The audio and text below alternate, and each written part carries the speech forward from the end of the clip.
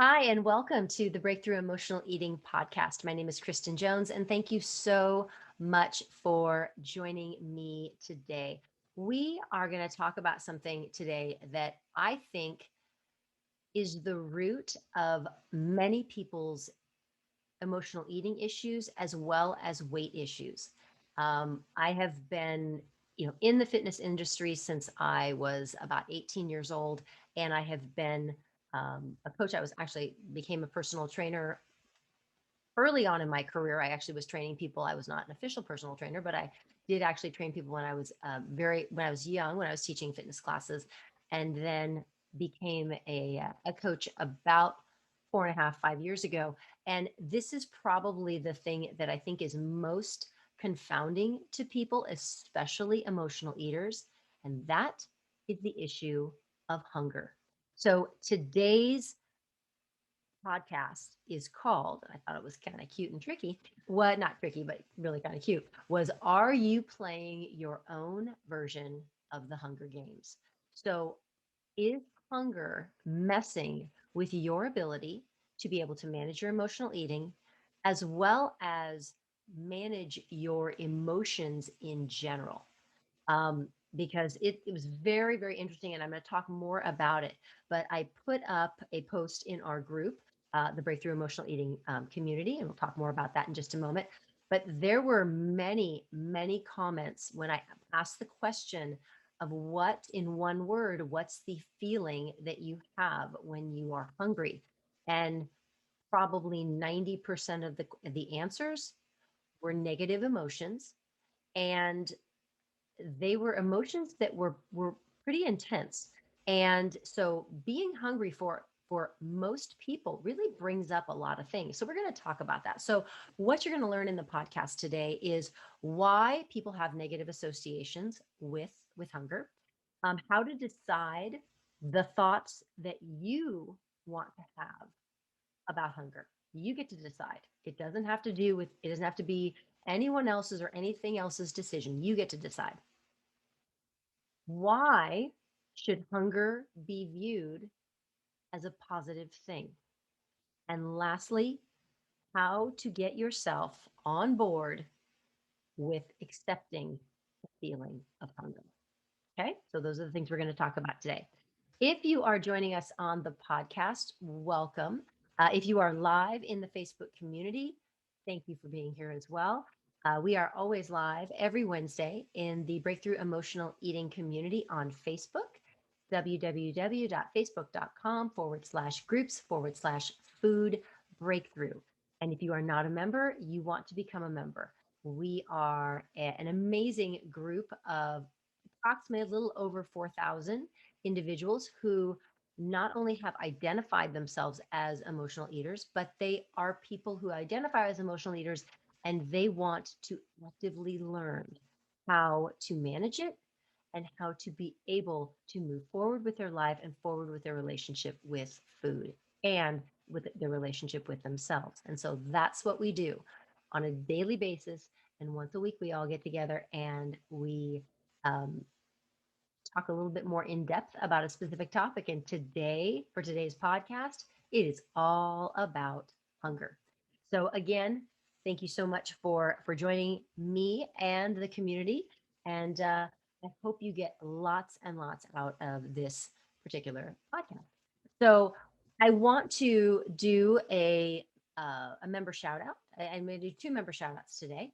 And I want to very, very warmly welcome Taryn and Melissa, who have both decided that they want to really take an in depth, really strong, in depth look at where they are with their emotional eating. And they have decided to join the Breakthrough membership. And I could not be happier. So, so, so thrilled, so honored and happy. And I'm excited to see what I anticipate will be the exponential growth that both of them will have when it comes to addressing their emotional eating, as well as any issues they have with food, any weight that they want to lose. I am just so excited. I know that being in that smaller group community where you get more personalized coaching and very, very specific deep dive journal prompts and opportunities to share what you're going through really, really takes things to a next level for people. And I've seen it with the clients that are in there currently, and I am so excited um, for the two ladies to be joining us today, to be joining us in that group. So again, Karen and Melissa, super happy to have you on board. All right, let's get to the good stuff. So, hunger. You say it, and it almost like feels like I associate that with something being taken away from me or kept from me. Um, so I'm going to start with a story. So when I was young, and if you've read my book, you know that this is something I write about in my book. When I was young, I was raised in a house where there was a lot of concern about um, about people being overweight and people gaining weight. It was something that was just a part of my life and being in my family. And so my dad had a number of there was three foods in particular that we as kids and my mom we were not um I hate to say we weren't allowed. It was just kind of the unspoken, like, do you really need that? Type of viewpoint when it came to whether or not we were able to partake of these foods. And the three foods were um, Pepsi Cola, Pepsi, regular Pepsi, out of a bottle. Oh my gosh, when is the last time you saw Pepsi in a bottle? So Pepsi in a bottle and vitamin D milk, which is whole milk. Okay, whole milk. I mean, I pretty much look at vitamin D milk. It's like cream. Um, so vitamin D milk, and then the third thing was dry roasted peanuts. Those were the three things that I can remember not being allowed to eat. Um, and so hunger, and when I think about being hungry, I associate it with having things taken away from me because I'm being denied something. I'm not having easy access to it. And so consequently, I I was able to when I was very, very deep in my in my emotional eating, I could go a long time without eating food and not be bothered by the feeling of hunger. What bothered me was once I started eating, I did not want to feel hunger again. Like once it started, there was something that like clicked in my brain that once I started eating, the feeling of hunger was totally unacceptable, like completely unacceptable. And so I would just keep eating. And I would get to the point of not being hungry anymore. And it didn't matter. I just kept eating. And I would eat all the way up until I went to bed. I mean, I can remember eating, oh my gosh, so clearly, like ciabatta bread, which I love, ciabatta rolls. If you've read my book, you know this is going to be true because you know this is true. Ciabatta rolls warmed in the microwave with mayonnaise and black pepper. Straight up, no lie. That was like I would eat that and then turn the light off. Like I'd be in bed eating ciabatta roll, mayonnaise, black pepper, happy as anything. And then I would turn the light off and I'd go to sleep. And then I would wake up in the morning and I would feel totally sick. And then I would wonder why I didn't want to eat all day because I felt guilty. And so I would and then I would deny myself, and the whole cycle would start all over again. But it was that association with my thoughts about what hunger meant to me. And so the thing I didn't realize was that I yes, I had been exposed to something as a child. I had had something happen, but I, as an adult, was choosing to still live as if I was my 8-year-old self being told you couldn't have those foods. And so I was angry about it. So there was this association. So anytime I would get hungry, I would be like, well, that it just brought all that back. I was choosing to stay there. I was choosing to stay in that place because I didn't want to move past it, because I didn't know how to move past it. And so what I want you to think as I'm talking, I want you to really think about where this possibly might have come from, or why you might have any sort of thoughts about hunger that at this point are not serving your life positively. Now, Monday, I put up a post in the Facebook group and I asked, in one word, what's the feeling that you get what's the feeling you have when you are hungry? And I think as of the last time I checked, I believe there were over 130 responses to that post. And probably 90% of them were negative. Were negative, what you would consider a negative word. So we had anxious, afraid, angry, irritated. Words that bring up a negative emotion. And when they're associated with that feeling, that's going to carry through with you. But what all of us need to understand is we get to make the choice as to whether or not we want that to be our association.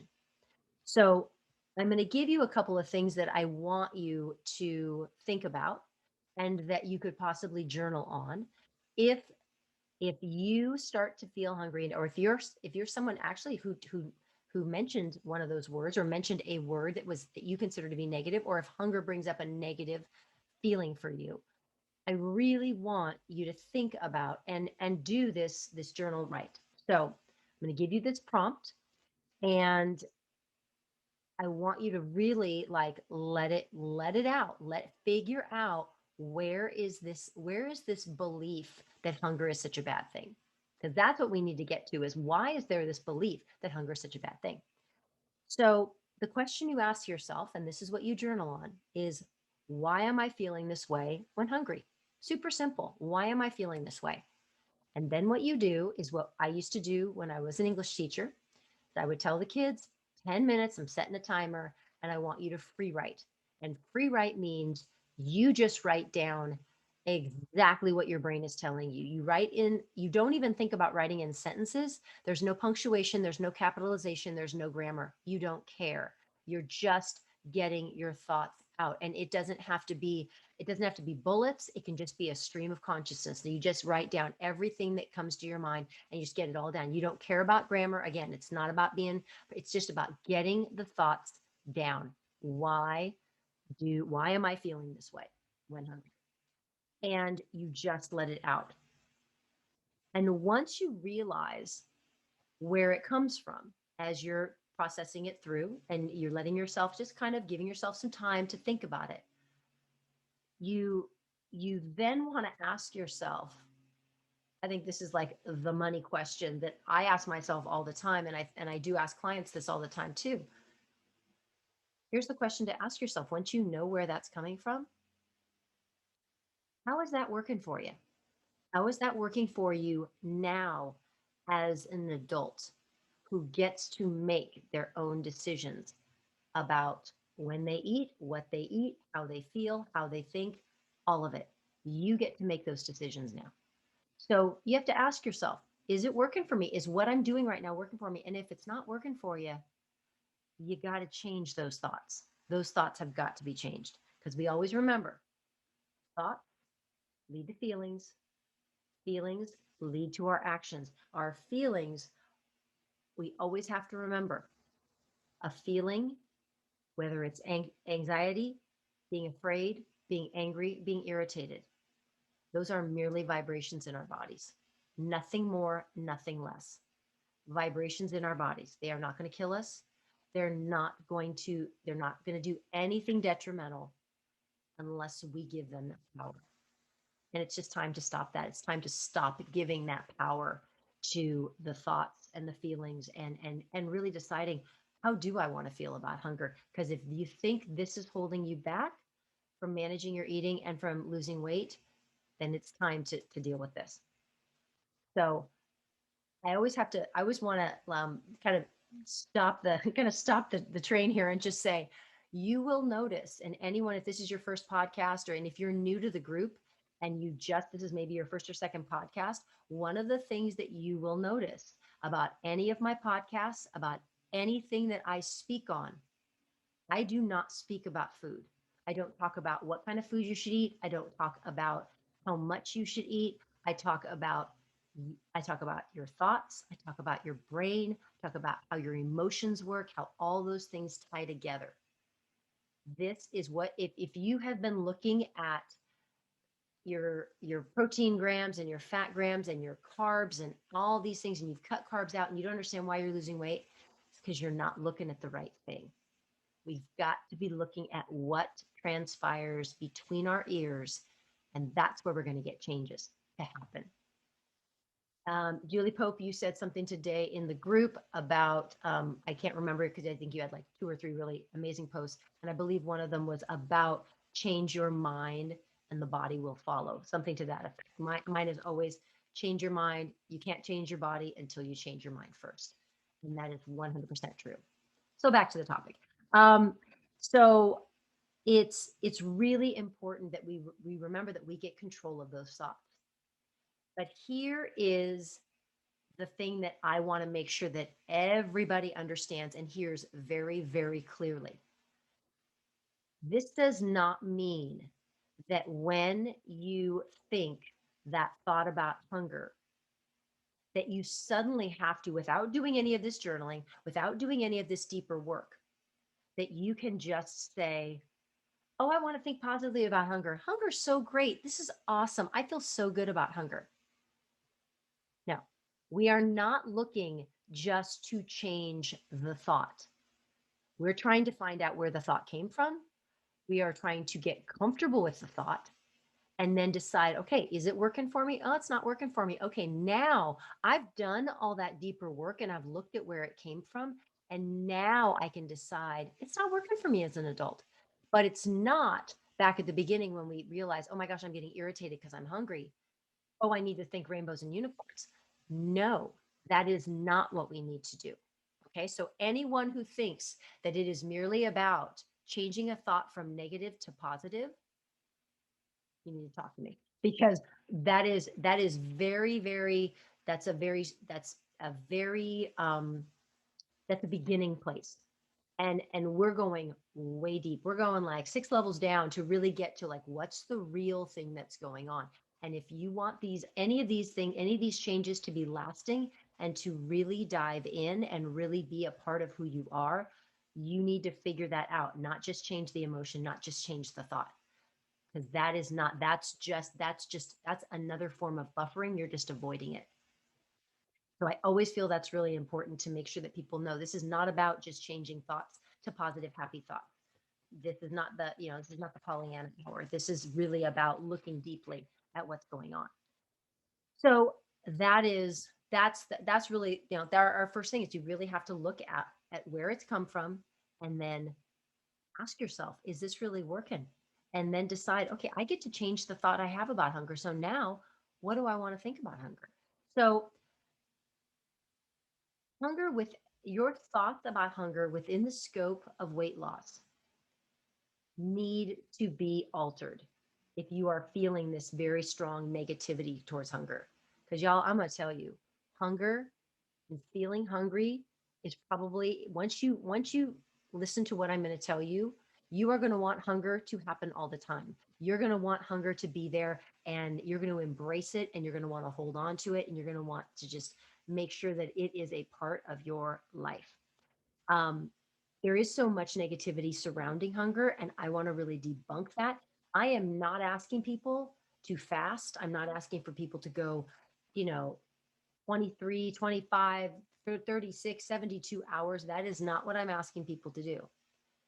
What I'm asking you to do is to recognize when you are physically hungry and be okay with being physically hungry, and recognizing that if you want to go a little bit longer, that's fine. If you want to wait another hour, that's fine.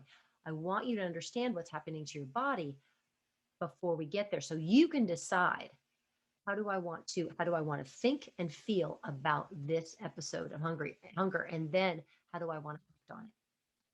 So there's this thing and it's called fat adaptation. And what it means to be fat adaptive means that your body is able to efficiently and effectively use the foods that you eat, that you have stored in your muscles, and that you are also walking around with as an energy source. And you want to become and get to that point of being fat adaptive as quickly as possible. Now, what does that mean? When we eat anything, any type of food, anything at all, our bodies, excuse me, our bodies will use, if we are walking or even if we're sitting reading, our brain needs energy all the time to work. So if we are, we've eaten lunch. So we eat lunch. If I decide to go for a walk around the block when after I've eaten lunch, which by the way is a really good thing to do, helps with that digestion. Um, if I decide to do that, the first place my body is going to go to get energy is the food I just ate. Okay. So say I decide I get inspired. I'm like, I'm going to go for like an hour walk. So I go for an hour walk.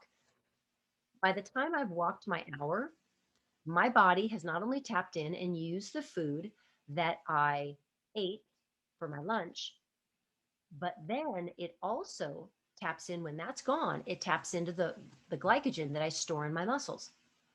Once I get through with that, so say now I've done an hour and I'm like, what? I don't want to come home. I don't want to do my work. I want to go out for another walk. So I want to go longer. When I go out for that walk, that second walk or that second wave of the walk, my body has no current food that I've eaten and it has no more stores in my muscles for glycogen. So the only place it has left to go is the fat stores that I am carrying around on my body.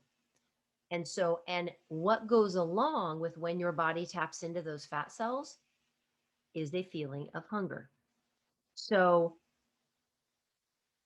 hunger really should be that little flag that goes up that says, oh my gosh, we are tapping into fat cells. This is a good thing because we do want to be able to tap into our fat cells. We want to be able to use those fat cells as an energy source, use them because that's how we actually truly lose weight is by tapping into those fat cells and making sure that they get used as our energy source and help us along the way. So that is kind of that's the process. And so it's really, really important to have a different thought about, to really remember and be like, oh, wait a minute. Oh, I'm hungry. Okay, I'm irritated. Remember, first thought's your brain, second thought's your own. So your first thought may come in and say, oh man, I am mad that I don't have anything to eat. And then your second thought needs to be, hold it. We can do this. We totally got this. I got my water. I'm good. And I know that I am burning fat cells right now. And that is ultimately what I want. It is about embracing, changing your thoughts because your thoughts lead to your feelings and your feelings lead to your actions. So we as human beings get to make that decision. You get to make that decision. Okay, so that's super important to know. You have the power, you get to make that decision. Um, I'm going to ask in the group, and I would ask for those of you, if those of you who are watching, to in the comments, I would like to know, how often in a day do you willingly, like happily, let yourself get hungry? How many times do you willingly let yourself get hungry? So obviously the answers could be 0, 1, 2, 3, any of that. Okay. 0, 1, 2, 3, 4, whatever. How many times do you let yourself willingly and happily become hungry and you are okay with it? Okay. If it's 0 and you're like, oh man, I am not there, that's totally okay. And that's what I really want you to be able to share. I want to get an idea.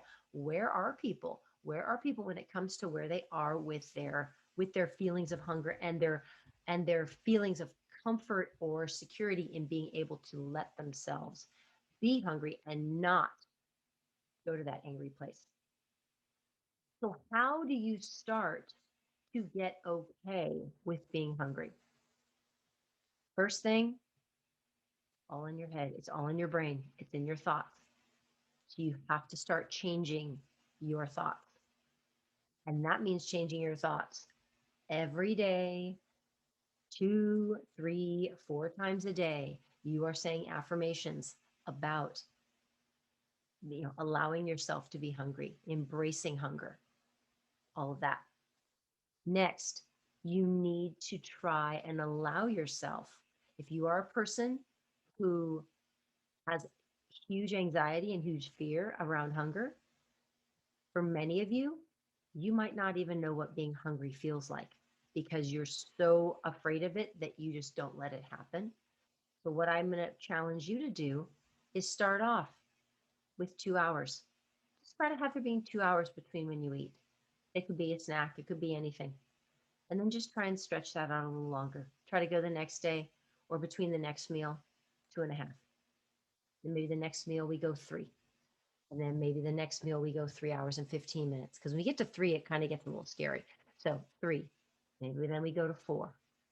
Maybe then at 4 we just hang at 4 and we get comfortable just being 4 hours without food and be okay when our stomach says, we're kind of hungry. So that is what I would want you to think about is can you just do gradual little baby steps to allow yourself to be able to get more comfortable with that idea, with the idea of allowing hunger to be present and not villainizing it, not shaming it, not making it this horrible thing. And also not let yourself have some grace. We all are trying the best that we can, doing the best that we can, and we have to be able to do that for ourselves as well. We have to be kind enough to ourselves to allow ourselves to do that. So, in the comments, I would like for everyone to put down, to just comment with the comment hunger if you have learned something new about hunger. If you haven't learned anything new, you don't have to answer. But if you've learned something new about hunger that you're like, I didn't know that, just write the word hunger, just so I know that this is helpful. Because I really, again, I want to be delivering information to you that is going to be helpful, that you're going to be able to use. And I want you to be able to use it at your next meal, between your next meals. And as we all know, we really focus on what goes on between our ears. So, what thoughts, what journaling, what feelings, what are you going to do? What little baby steps are you going to take to get yourself to feel okay and not be afraid of hunger? And again, not asking you to go 12, 13, 17, 48 hours without eating. That's not what I'm asking. I'm just asking for you to get comfortable with the idea of hunger and not giving it so much power in your life. All right, y'all. I hope that was helpful. As always, again, hunger in the comments. If you learned something that you feel like I could add that into my repertoire of things that I've learned and different ways that I could start to learn to manage my feelings about hunger, manage my emotions about hunger, and the impact that hunger has on my life. Also, remember some journal prompts to look a little deeper. We've got to go a little deeper when it comes to looking at why do we have these feelings about hunger? Where did those feelings come from? What are they associated with? So make sure that you're doing that work because we need to do that deeper work. It has to be done and then it needs to be shared because that is extremely powerful. Just being in the group isn't enough. We gotta dig deeper. Okay. All right, everybody. I hope you have a wonderful rest of your week. I don't know about anybody else. It is hot here in California. I think it's probably 98 today. Believe tomorrow's supposed to be about 104. So if you are listening on the podcast and maybe you're in a cooler location than I am, bless you. You are lucky. And I will see you all. Not only will I see you all in the group, I'll see my members over in the Breakthrough membership group. And again, have a wonderful rest of your week and we will talk soon. I'll see you next week. All right. Bye, everyone.